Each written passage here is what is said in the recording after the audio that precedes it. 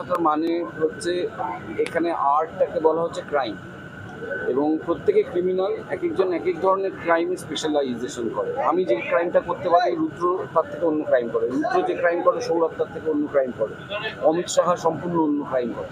এই নানা ধরনের ক্রিমিনালরা একসাথে হয়ে এই একটা ক্রাইম এক্সিকিউট করছে, তাই এটা দি academy of fine arts.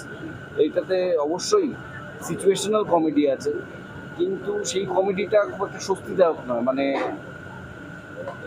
Spine chilling. এবং শিশু দিবসের দিন বেরোচ্ছে 14ই নভেম্বর, কিন্তু আমাদের স্পষ্ট বলা আছে আর যাই করুন শিশুদের এই সিনেমাটা দেখাবেন না, ওরা এই ভায়োলেন্সটা নিতে পারবে মানে অ্যাডাল্ট পুরোপুরি আগে। শিশু দিবসের দিন অ্যাডাল্ট ফিল্ম প্লাস অপরাধটাই শিল্প, শিল্পটাই অপরাধ, এই বুবলিটা কি দর্শকের জন্য থাকবে? হ্যাঁ,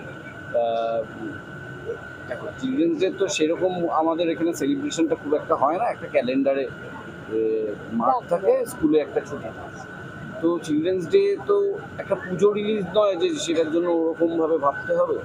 তো 14ই নভেম্বর ঘটনাচক্রে ডেট পড়েছে, এটা আয়রনি যে চিলড্রেন্স ডের দিন এরকম একটা ছবি বেরোচ্ছে, আর অপরাধটাকে এখানে শিল্পই বলা হয়েছে।